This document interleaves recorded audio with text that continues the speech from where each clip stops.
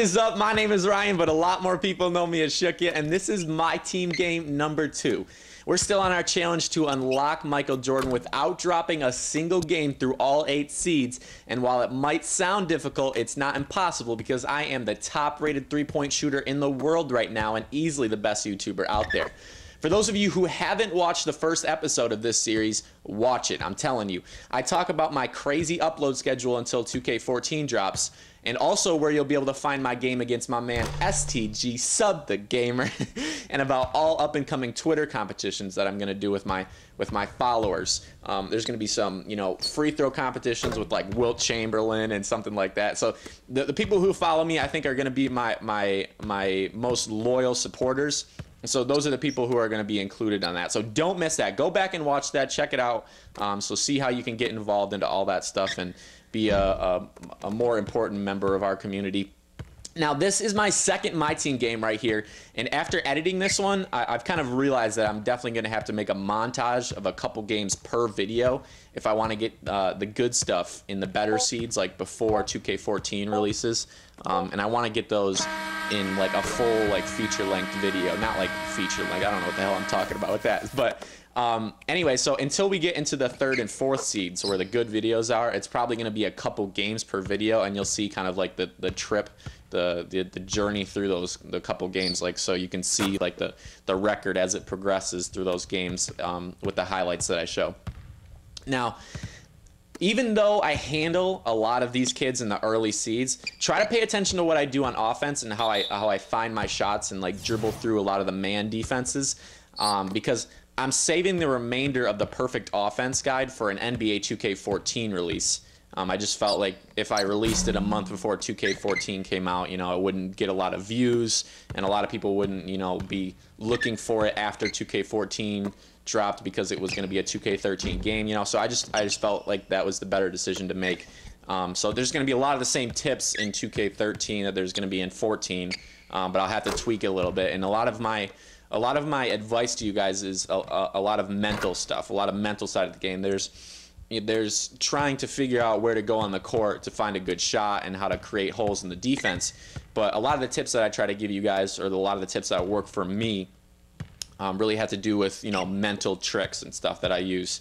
And before we get into a little bit more about this game type, I want you guys to also recall that this is like the early couple seeds of my team. So I don't want you guys to forget that a lot of these A pluses and stuff you are seeing are only because this is like early seeds of my team. That's going to change as we go down the road a little bit. I don't have any. I don't think I even figured out anything about the signature skills until the later seeds. So there's not really anything to do with signature skills. There's not really anything to do with special sliders or anything. It's just that's how my team is configured in these earlier seeds, because I think they want people to get like warmed up, to the my team, kind of style of play. So I think they kind of mess with the sliders a little bit there. Now, a lot of things. One of the things that you're going to see a lot of in these my team games, especially the early ones, is you're going to see that B button, that hop shot. And I really started, trying to get into the hop shot while, I think, who is that? Is that Del Curry that just hit that? I think so, because Del Curry went off in this game, I think, and that looks like his release. But anyway, I really started to experiment with the hop shot in my team, because I don't remember exactly like where I started to pick it up. I'm trying to remember that, but all I know is that I really tried to get into it because I was seeing like a lot of zones, and one of the things that you want to do against the zone is to create space, because user defense, it's really easy to get shots off against a zone defense or against a CPU defense, because they don't really recover too well on like pump fakes and like after you create the space from someone. Like user defense is great for contesting the three-point line and staying with shooters and stuff. But when you see a lot of zones and stuff, you want to maintain that space that you create with a good dribble move and stuff. And I just said stuff like 6 million times. I warned you guys about this.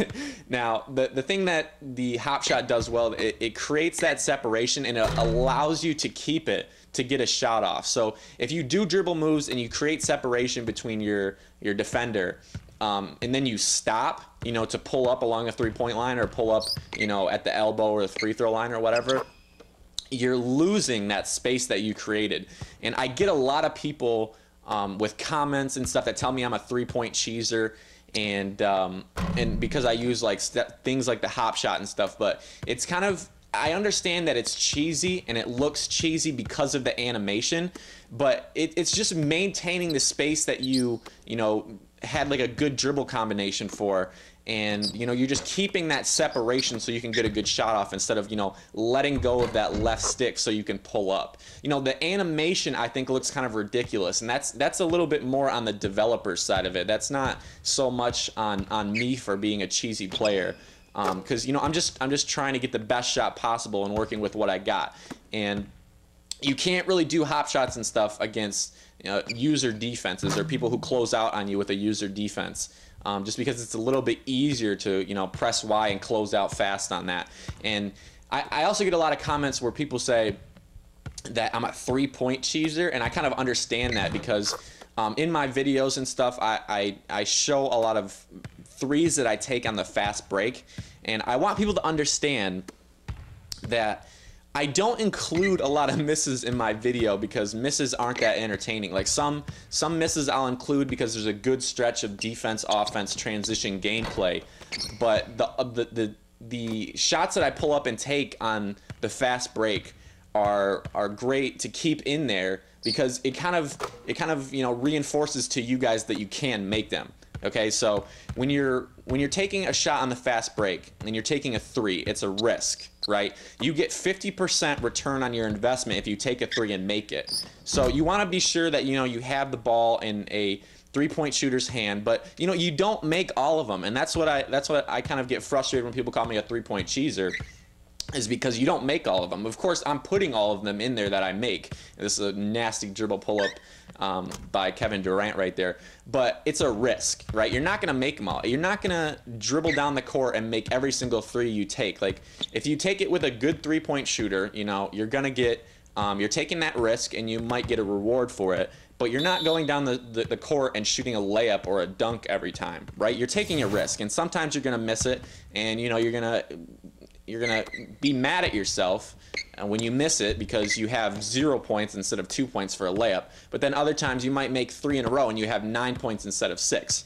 You know what I mean? So it's kind of, you kind of have to, you know, you have to, you know, roll with the blows, as to use a cliche. But that's really, you know, why I don't understand why people call me a three-point cheeser. And I understand that, you know, they're kind of dialing back on the 3 points in 2K14. But so as this game closes right here, we got him to quit, I think, in the third quarter, 54-38, and you see, you know, Kevin Durant. I'm going to talk about some perfect lineups, I think. But the one thing I want to close with here, I want to remind you guys to check out that first game, and I also want to ask you guys a question. Do you want me to use the mic, which only comes out in one speaker, or do you want me to use that crappy audio that I think I used in the first video? So this one is the mic, and the other one is the computer mic.